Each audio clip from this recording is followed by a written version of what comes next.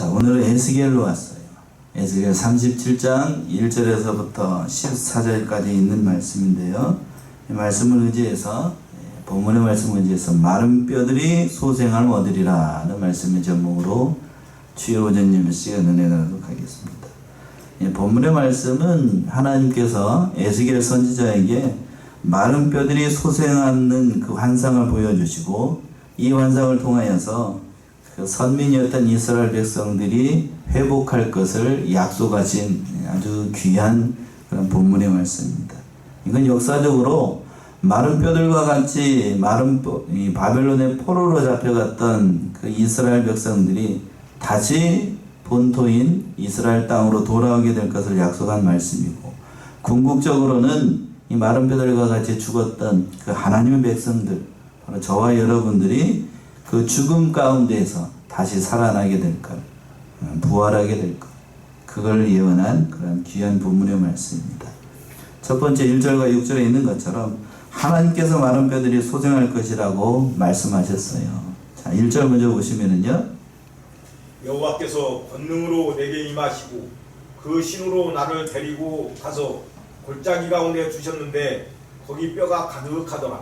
여호와께서 권능으로 내게 임하시고, 이렇게 말씀을 시작을 하고 있는데, 하나님께서 에스겔 선지자에게 권능으로 임하셔가지고 또 다른 계시의 말씀을 주신 거예요. 에스겔 선지자는 하나님으로부터 많은 계시의 말씀, 특별히 환상을 통하여서, 이상을 통하여서 하나님의 계시의 말씀을 많이 받았습니다. 그래서 에스겔 선지자는, 그 에스겔서는 참 설교하기가 참 쉽지 않아요. 영적인 부분도 많고. 그런데 그 본문 많은 계시의 말씀들, 특히 환상에 관한 그런 계시의 말씀들 중에서 가장 중요한 계시를 들라고 하면 바로 에스겔 37장 이 사건을 들 수가 있는 겁니다. 왜 그런가 하면 이걸 통하여서 이스라엘의 회복을 약속을 하셨고, 역사적으로, 그리고 영적 이스라엘 백성인 저와 여러분들이 주님 안에서 예수님을 믿게 되면 다 살아날 것을 아주 감동적으로, 아주 극적으로 예언하신 그런 말씀이기 때문에 그래요. 그 하나님께서 에스겔 선지자에게 임해가지고 그 하반절에서 그랬죠. 그 손으로 나를 데리고 가서 골짜기 가운데 두셨는데 거기 뼈가 가득하더라. 하나님께서, 여기서 신이라고 하는 것은 성령을 얘기를 하는 겁니다. 성령께서 그 에스겔 선지자를 골짜기 가운데에 딱 두셨어요. 여기서 골짜기라고 하는 건 히브리어 원어를 보게 되면 이게 정관사가 붙어 있어요. 정관사. 영어를 하신 분들은 이게 무슨 말씀인지 아는데 우리말에는 관사가 없어요. 근데 히브리어나 영어 같은 경우에는 관사가 있습니다. 관사. 그래서 앞에 관사가 붙어 있어요. 그러니까 이게 굳이 번역을 한다라고 하면 나를 데리고 가서 그 골짜기 가운데 두셨다 하는 얘기예요. 여기서 그 골짜기가 뭔가 앞에 3장에 보면 하나님께서 이 에스겔 선지자에게 이스라엘이 멸망하게 될 것을 선포하셨어요. 그 골짜기에서 또 하나님께서 말씀하시기를 바로 이 마른 뼈 사건을 보여주면서 다시 이스라엘이 회복될 것을 약속하신 그런 말씀이에요. 그러니까 그 장소에서 하나님의 심판과 하나님의 회복을 동시에 말씀하신 아주 귀한 본문의 말씀입니다. 그래서 에스겔 선지자가 갔어요. 하나님의 신을 따라서 하나님께서, 성령께서 그리로 인도하시니까 봤는데 뼈가 가득했다고 되어 있어요. 또 2절 보시면 2절, 나를 그 뼈 사방으로 지나게 하시기로 본즉 그 골짜기 지면에 뼈가 심이 많고 아주 말랐더라. 예, 하나님께서 좋은 곳으로 인도를 하셔야 되는데 2절에서 그랬어요. 나를 어디 사방으로? 그 뼈 사방으로 지나가게 하시기로 본즉 그 골짜기 지면에 뼈가 심이 많고 아주 말랐더라. 하나님께서 성령을 통해서 에스겔 선지자를 싹 데리고 가가지고 골짜기를 인도했는데 그 골짜기에는 뭐가 많았다고요? 뼈가 많았어요. 쉽게 얘기하면, 아주 쉽게 얘기하면은 에스겔 선지자를 어디로 데려간 거예요? 무덤이요, 무덤.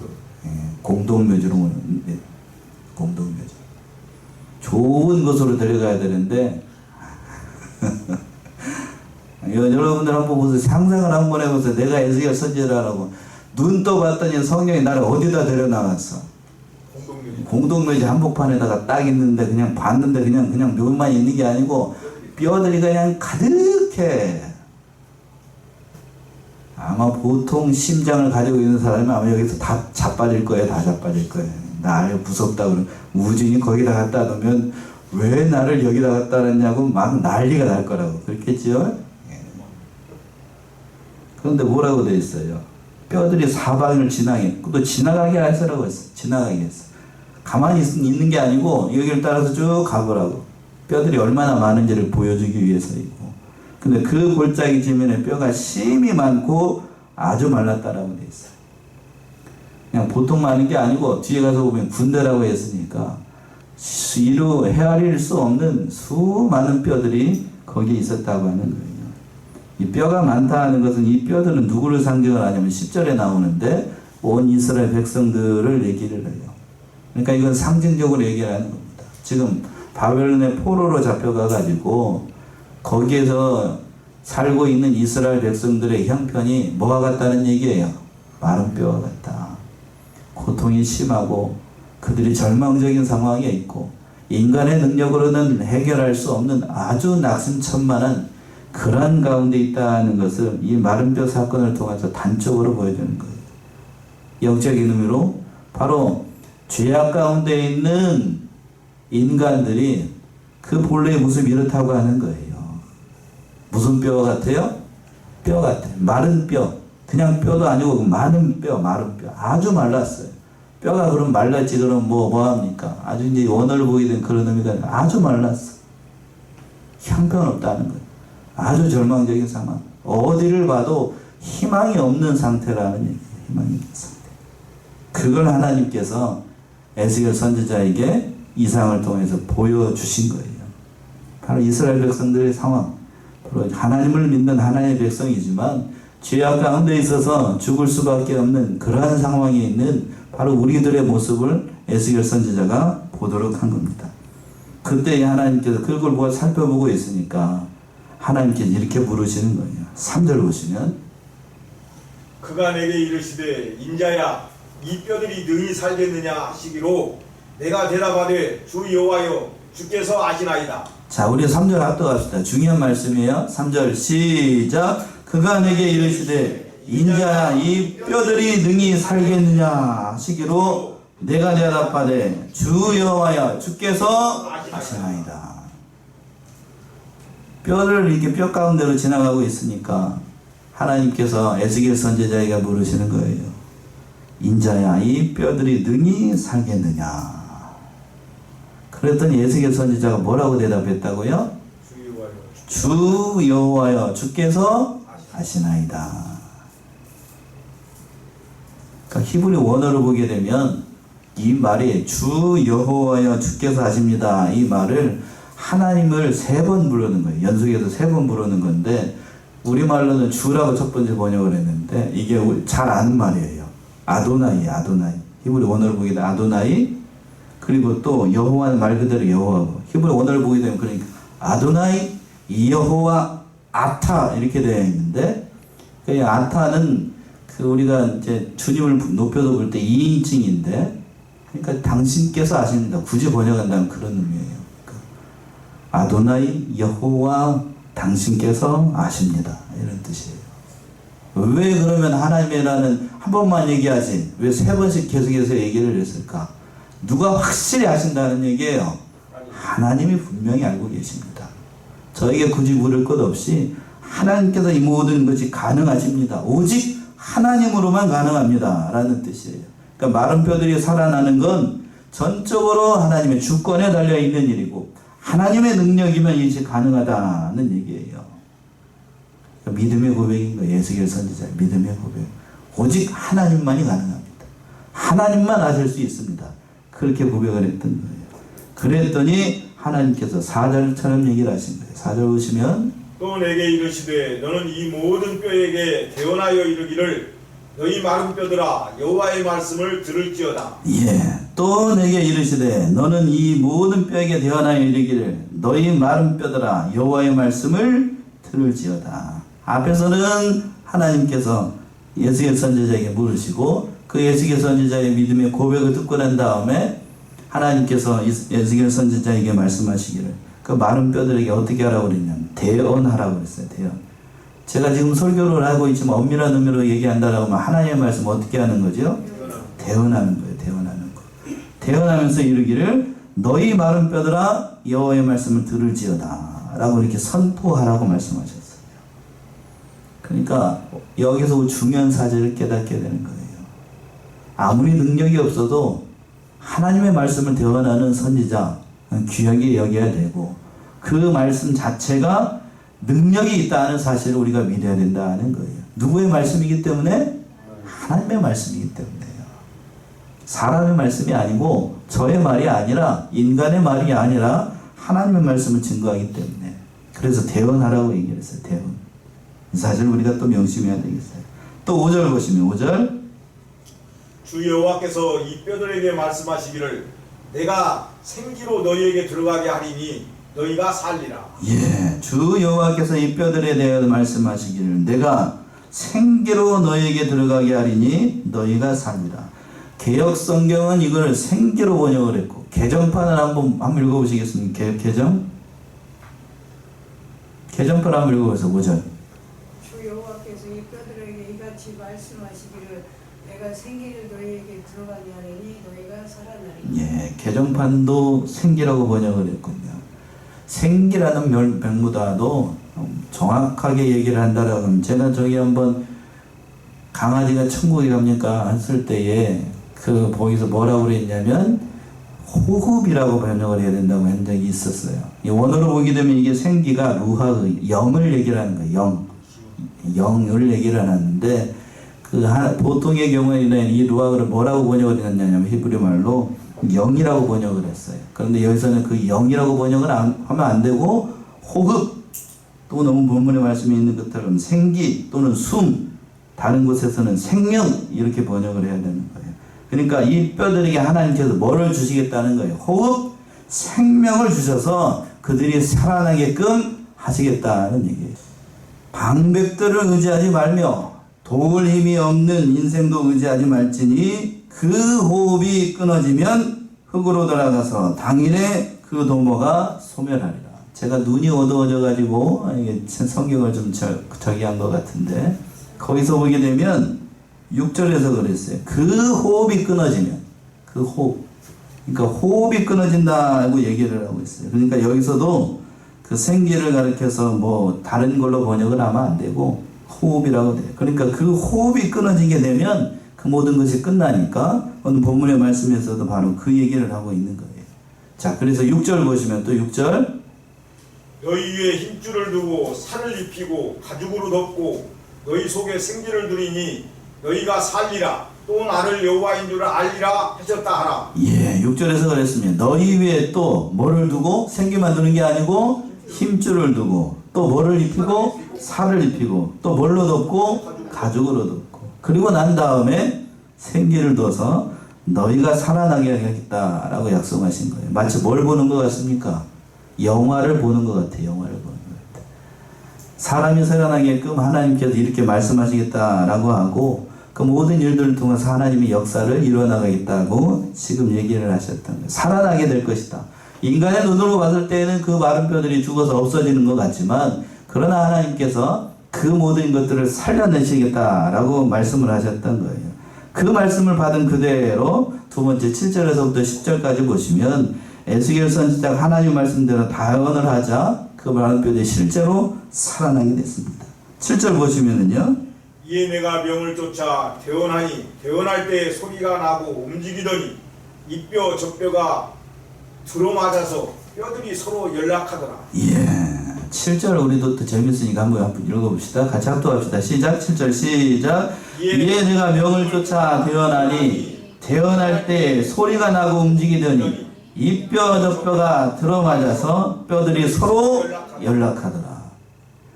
하나님께서 말씀하신 대로 에스겔 선지자가 그 마른 뼈 골짜기에 있는 공동묘지 한가운데에서 선포를 하니까 소리가 나기 시작했습니다. 그러면서 뭘 했냐면 여기저기 흩어져 있던 뼈들이 각자 주인을 찾아가지고 딸그락 거리면서 이 뼈 저 뼈가 다 붙은 거예요.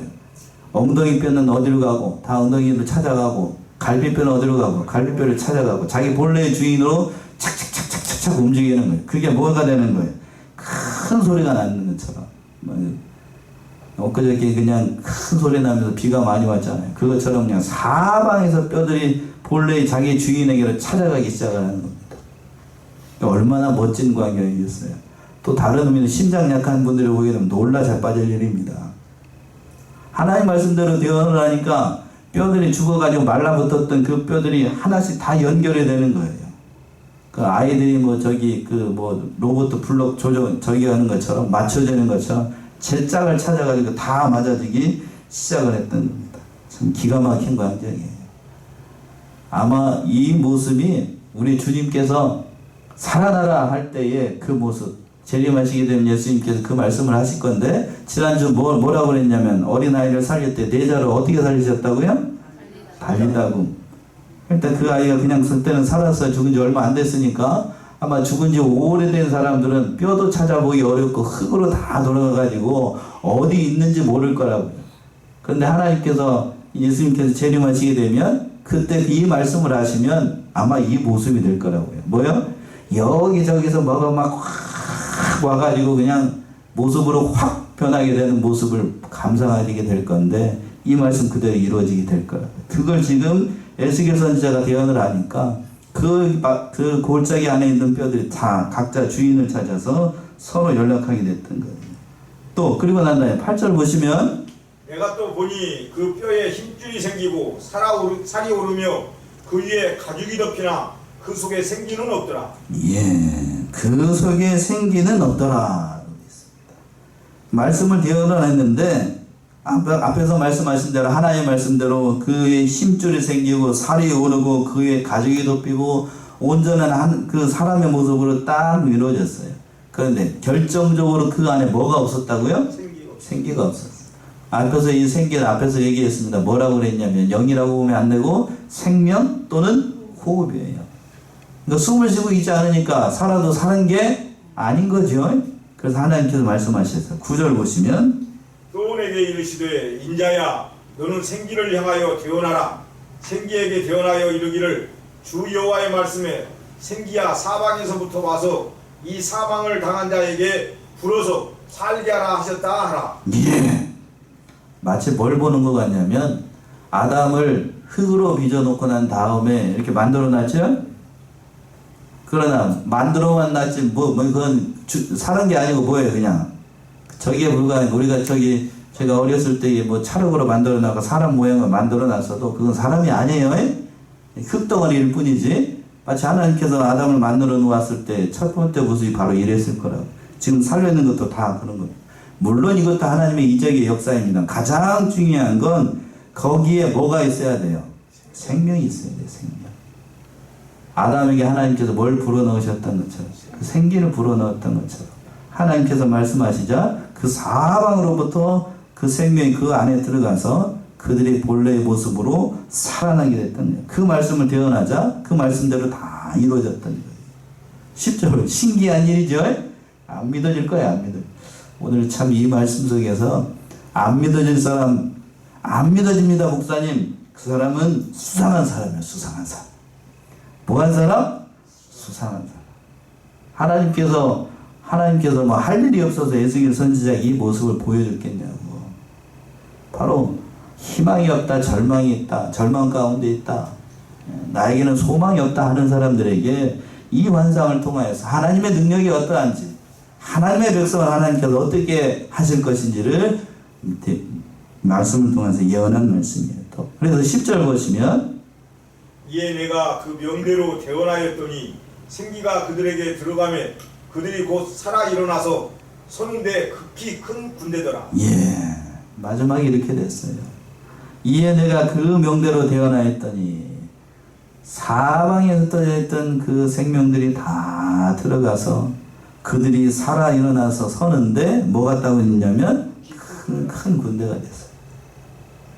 그러니까 거기 안에, 골짜기 안에 수많은 사람들이 다 죽어 있었던 거. 이건 영적으로 그 그걸 얘기를 하는 거예요. 바벨론의 포로로 잡혀갔던 그 사람들의 상황이 심히 낙심천만한 상황이었는데 하나님께서 이 일을 통해서 이스라엘 백성들이 다시 아수르의 포로로 잡혀가고 바벨론 포로로 잡혀간 사람들이 다시 본토로 돌아오게 될 것을 약속한 말씀입니다.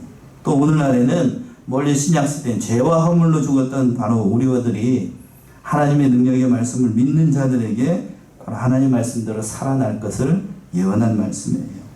그러니까 하나님께서 이 모든 역사로 말미암아 하나님의 일을 이루어 나가시고 하나님께서 어떠한 분인지를 보여주는 그러한 사건이 되는 겁니다. 주의 재림에 가까운 시기가 되면 교회가 큰 환란 가운데서 어려움 당하게 됩니다. 지금 코로나19가 터지고 난 다음 한국의 기독교 인구수가 절반 이하로 뚝 떨어졌다라는 통계가 나왔어요. 점점 더 그렇게 될 겁니다. 환란 가운데 있게 되고 어디를 찾아봐도 믿는 자가 참으로 믿는 자가 어려운 이 시대, 희귀한 이 시대를 점점 맞이하게 되는 거예요. 그러나 그러한 어려운 가운데 있는 교회에 하나님께서 생명을 불어넣으시면 다시 일어나게 될 거예요. 그걸 요한계시록에서는 이렇게 얘기를 했습니다. 요한계시록 11장 보시면 요한계시록 11장 9절에서부터 11절 보시면 요한계시록 11장 백성들과 족속과 방언과 나라 중에서 사람들이 그 시체를 사흘 반 동안을 목도하며 무덤에 장사하지 못하게 하리로다. 이 두 선지자가 땅에 거하는 자들을 괴롭게 한 고로 땅에 거하는 자들이 저희의 죽음을 즐거워하고 기뻐하여 서로 예물을 보내리라 하더라.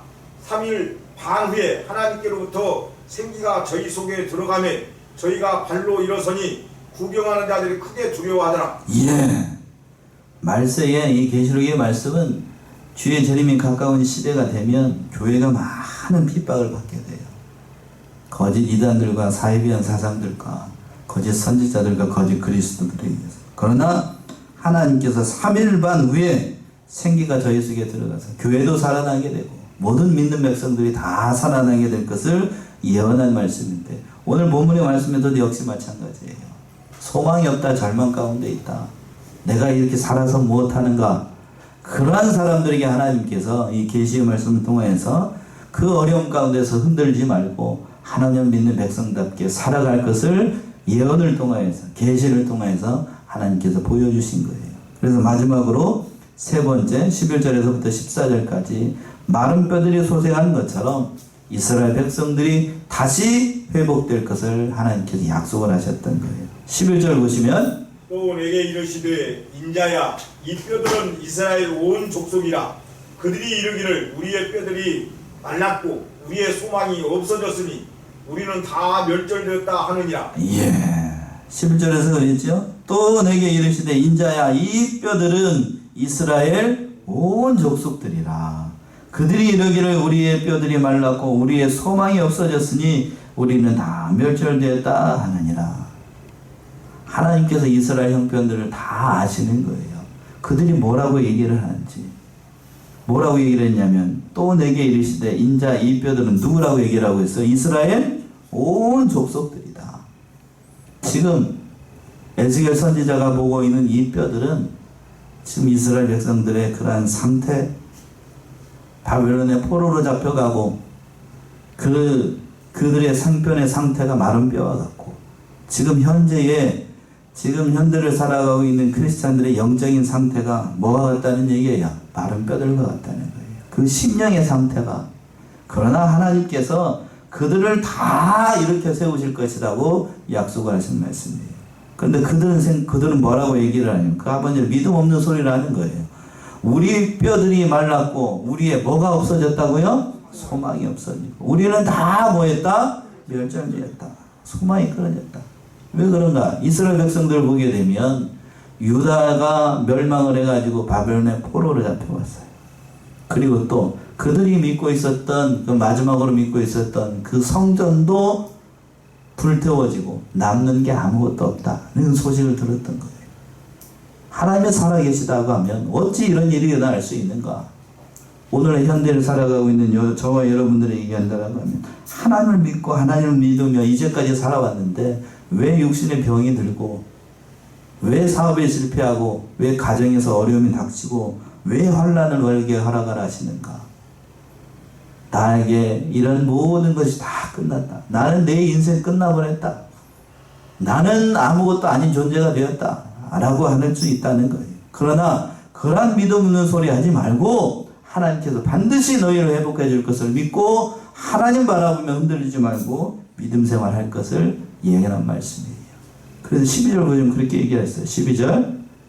그러므로 너는 대언하여 그들에게 이르기를 주 여호와의 말씀에 내 백성들아 내가 너희 무덤을 열고 너희로 거기서 나오게 하고 이스라엘 땅으로 들어가게 하리라. 예. 그래서 이 말씀을 하신 거예요. 이 계시의 말씀을 주신 이유가 12절 보시면 그러므로 너는 대언하여 그들에게 이르기를 주 여호와의 말씀에 내 백성들아 내가 너희 무덤을 열고 너희로 거기서 나오게 하고 이스라엘 땅으로 들어가게 하리라.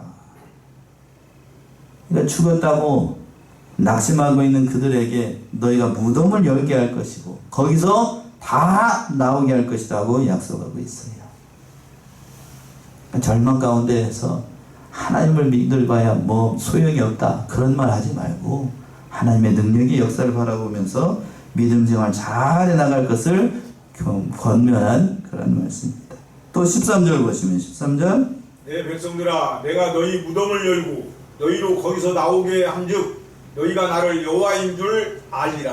13절 우리 합독합시다. 13절 시작. 내 백성들아 내가 너희를 무덤을 너희로 거기서 나오게 한즉 너희가 나를 여호와인 줄 알리라. 누구인 줄 안다게 한다고요? 여호와인 줄 알게 하리라. 12절과 13절에서는 내 백성이라 라는 말을 두 번씩 얘기하고 있어요. 이스라엘 백성들의 형편을 하나님께서 아시기 때문에 내 백성이라는 말을 두 번씩 얘기를 하고 있어요. 그러니까 내 백성아 너희가 무덤을 열고 거기서 나오게 될 것이다. 하나님께서 희망이 없다. 나에게는 소망이 없다. 라고 하는 그 백성들에게 친히 이렇게 말씀하시는 거예요. 그 무덤을 열고 다시 고국으로 돌아가게 될 것이고 그리고 너희가 어려운 형편에 있는 그 모든 현실들을 다 이기고 하나님께서 그 모든 것을 회복시켜 주시겠다고 약속한 말씀이에요. 그리고 마지막으로 14절에 이렇게 말씀하셨습니다. 내가 또 내 신을 너희 속에 두어 너희로 살게 하고 내가 또 너희를 너희 고토에 거하게 하리니 나 여호와가 이 일을 말하고 이룬 줄을 너희가 알리라. 나 여호와의 말이니라 하셨다 하라. 예. 내가 또 내 신을 너희 속에 두어 너희로 어떻게 하게 하고? 살게 하고.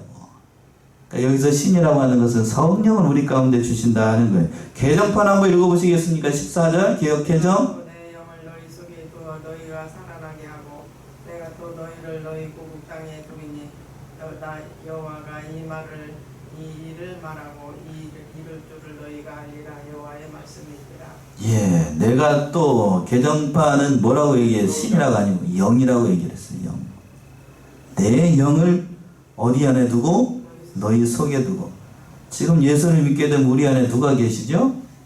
성령이 계세요. 그 얘기를 표현하는 겁니다. 그래서 성령을 의지해서 우리가 살게 될 것이고 그리고 성령의 능력으로 말미암아 너희가 고토로 돌아가게 될 것이고 성령의 능력으로 말미암아 우리가 다시 어떻게 될 것이다? 살아나게 될 것이다. 그 얘기를 하고 있는 겁니다. 그러니까 하나님의 역사로 이 모든 일을 예수님이 재림하시게 되면 궁극적으로 이 모든 일이 다 이루어지게 될 거예요. 그 예수님에 대해서 요한계시록에서는 이렇게 예견하고 있습니다. 그래서 마지막으로 이 말씀 찾아보고 오늘 본문 말씀 마치겠습니다. 요한계시록 19장 계시록 19장 우리 주님께서 재림하실 때의 모습을 얘기하는 거예요. 요한계시록 19장 11절에서부터 16절 또 내가 하늘이 열린 것을 보니 보라 백마와 탄자가 있으니 그 이름은 충신과 진실이라. 그가 공의로 심판하며 싸우더라. 그 눈이 불꽃 같고 그 머리에 많은 면류관이 있고 또 이름 쓴 것이 하나가 있으니 자기밖에 아는 자가 없고 또 그가 피 뿌린 옷을 입었는데 그 이름은 하나님의 말씀이라 칭하더라.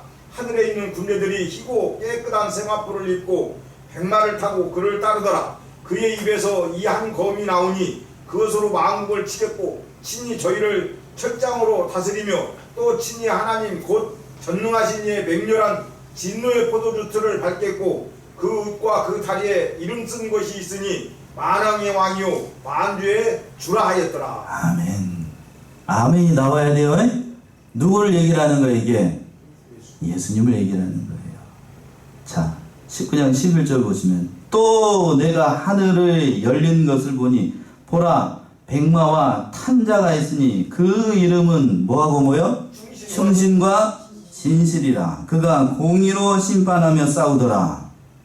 자, 충신과 진실이라고 얘기를 했고 또 12절에서는 그 눈이 뭐와 같고 불꽃 같고 그 머리에 많은 면류관이 있고 또 이름 쓴 것이 하나 있으니 자기밖에는 아는 이가 없고 또 그가 무슨 옷을 입었대요?